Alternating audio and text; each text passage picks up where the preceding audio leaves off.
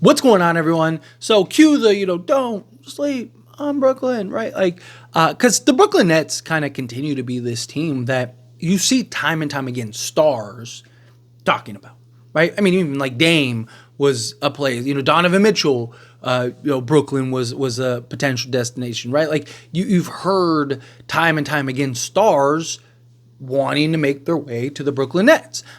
And once again, you're in a position where you're hearing stars who could potentially be available wanting to go to Brooklyn and having them on the list. Not mentioning Kyrie and KD who ended up going, which that turned out to be a total disaster, but no one really knocks them, right? Like every team in the league would have signed Kyrie and KD. And look, it felt like, KD toe on the line might have led to an NBA championship for Brooklyn. Brooklyn feels like it wasn't that far away, right? Like if that, KD's just like a couple inches back, we might be having a different history here. And who knows what happens with Kyrie and KD. And even if it does continue to kind of implode on itself, at least you got a championship out of it, right? And they have had a lot of talent, in the previous years, not so much right now. And Brooklyn does feel like a team that is either A, you need to make the push and you need to go get some stars because you got so many complementary role players, right? You got, Cam Johnson and Dennis Schroeder is playing fantastic, and Cam Thomas is kind of emerging and coming into his own, and he's giving you like 40 every other night. But he's due for a contract next season. So do you kind of look to kind of use him as an enticing piece to go and get various stars and whatnot?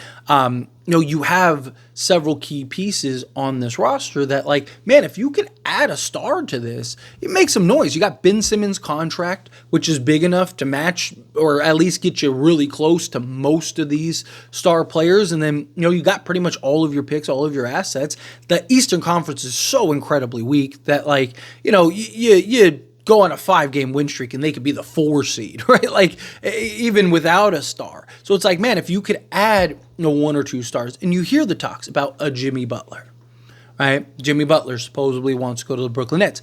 Giannis has Brooklyn supposedly circled as one of the teams that he's interested in. Could you see a scenario where maybe you end up with both, right? Clear off a bunch of salary, go and trade for a Giannis, and then, turn around and maybe in the offseason sign a Jimmy Butler, right? Like there's options and there's paths to kind of get there. It's just, you also have to be able to put the roster on. And there's the question of, does it make sense for Brooklyn to go that route? Now, obviously, somebody like Giannis, you're like, man, if you can get him, get him. And I don't see Brooklyn saying no if they actually have a realistic chance of getting him. However, there are questions. Can Giannis actually play with another star? Right? Like, does it make sense to go get him? And then even like a Jimmy Butler, with or without Giannis, Jimmy Butler kind of doesn't make any sense. He's only getting older. Has an injury history, right? You're going to have to pay him quite a bit of money to be on the roster. And it's just like, are you going to be able to expedite a potential NBA championship, even if you could end up getting both, even if you could get Giannis and Jimmy Butler, right? Like, would you be able to kind of expedite the process to go win an NBA championship? Or is it going to take you 3 years to do so? And at that point, Jimmy Butler, has rode off to the sunset, and Giannis is now older and he's dealing with injury histories. So what does that look like in 3 years? Or if you're Brooklyn, are you almost better off staying the course, right? Again, Cam Thomas, he's really looking like a guy that's emerging and coming into his own. Got like Nick Claxton. You got a couple nice young pieces. The other side of that would be to kind of just sell off all the pieces. Sell off Cam Johnson. Sell off Dorian Finney-Smith. Even Dennis Schroeder I'd look to sell off. Like anybody that's over 25, right? There you go. They're yours. You have your picks. Stay the course.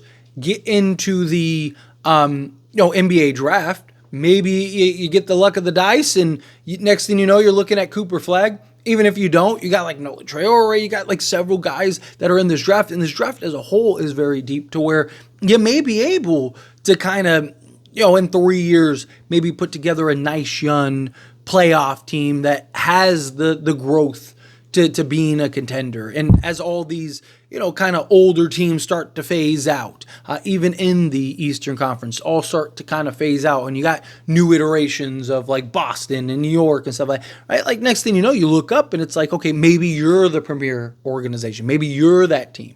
Or again, if you get these nice young pieces and you get these nice young players, maybe some of these younger stars may want to go.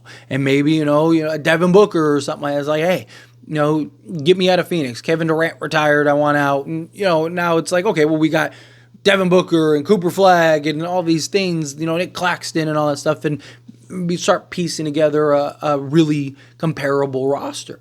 Now, from the Giannis side of things, right? Like, again, if you have a chance to get Giannis, you're probably not saying no to Giannis. You're probably really looking to add that level of superstar, that level of talent, and you kind of figure it out from there, right? You bring him in, maybe another star because Giannis is in Brooklyn. Maybe that can attract another star, and now another star wants to go and pair up with Giannis. But I do think that there are a lot of questions, right? And I do think that is something that, the Nets are really going to have to evaluate. I don't think Jimmy Butler makes any sense for Brooklyn. I don't. I think the Brooklyn Nets should stay as far away from Jimmy Butler as possible. As for Giannis, though, right, again, he's 29. He'll be 30 in December. So, you're going into year 31, or he'll be 31 years old in Brooklyn. I don't think you have 3, 4, 5 years with Giannis to try to go win an NBA championship, to kind of build an NBA championship, right? Like, you have to, if you get Giannis, and I'm not saying that they won't be able to. Obviously, Giannis is an incredible talent. Now you're in a bigger market rather than Milwaukee. Again, stars keep wanting, or keep at least mentioning, or have on their list Brooklyn, right? So now you have a Giannis and you're in Brooklyn, as opposed to Giannis in Milwaukee. If you build it, they will come type thing, where maybe you can get some vets and you can get some players, and if you can kind of keep some, like, can you keep a Nick Claxton, right? So you can have like a Claxton and Giannis, and then like sell off whatever else you have, and start to kind of round out and mold and shape this roster that you need. Maybe at that point, maybe you are keeping a Dorian Finney-Smith if you can. Right, so that way you have that 3-and-D guy out on the perimeter with Giannis, and you're kind of putting this roster together. Maybe you are even keeping a Dennis Schroeder, right? And like, and taking Ben Simmons and Cam Johnson or Cam Thomas and Cam Johnson and these guys, and packaging them to kind of go get Giannis, and then throwing in a bunch of picks and whatever other young players you want. Hey, you want this guy? Yeah, sure, he's yours, right? But if you can kind of keep a nice core. And, maybe you do, maybe you are looking to go sign a Jimmy Butler, right? Maybe you are going like, can you do like a Schroeder, Dorian Finney-Smith, Jimmy Butler, Giannis, and then like a Claxton, or even like a Sharp at that point, right? Like, you're just like, is that enough to compete with the top teams in the Eastern Conference, right? I definitely think you'd be one of the better teams for sure. But, I think that there is a genuine argument for Brooklyn to just kind of stay the course, stay patient. You don't want to like jump the gun here a little bit, right? Like, if you could get a young star, right, I think you'd kind of want to get the young star. At some point, you got to kind of hit the reset button. I love that Brooklyn is an organization that wants to win, that is willing to do what it takes to win, because there's a lot of organizations that are fine to just wait, right? Like, hey, as long as we're making money, who cares? Right? So to have an organization like Brooklyn that, if they had their choice, they would go win an NBA championship right now. I do think that is great, but like, you finally hit the reset button when you probably should have done it a while ago, a couple seasons ago now, and it's just like you kind of dragged it on. At some point, you got to just stop flipping the pages and actually read the book, right? Like, at some point, you got to start like putting things together and making things make sense, kind of pick a direction. What do you want to go? Where do you want to go? What do you want to do? But I just think it's very interesting that, you just keep hearing the Nets just getting brought up and brought up and brought up and brought up. Which, I mean, the Knicks are limited on guys that can go there, and Brooklyn is the just cross the bridge and there you go, and you're still in New York, and so you still got the bigger markets and stuff. Like there's it makes sense why stars would want to go there, but it's just Brooklyn hasn't been this like premier ideal organization, right? Like they've had their struggles and they've had their their dysfunctions and kind of question marks and stuff, right? So I think it's very interesting that you keep hearing this, and it's kind of like, okay, well, how long until we see the next Kyrie KD to Brooklyn type thing, where next thing you look up and it's like Giannis and Jimmy, or Giannis and somebody else, right? Like it's going to be interesting to see how that plays out, right? Especially because in the offseason, the other stars are like James Harden, which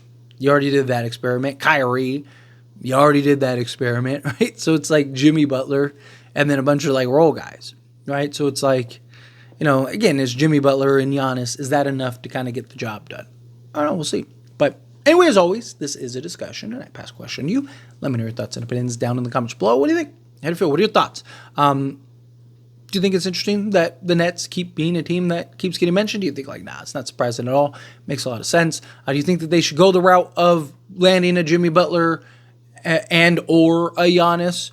Or do you think, no, like stay the course, keep the rebuild? How do you feel? Whatever your thoughts are, I'd love to hear it. So let me know down in the comments below. That being said, if you haven't liked this video, hit that like button. Helps me a lot. So we enjoy these types of videos, and I truly appreciate it. Not subscribe to the channel, hit that subscribe button. Turn on the bell notifications. Appreciate y'all. See you in the next one. Thank you.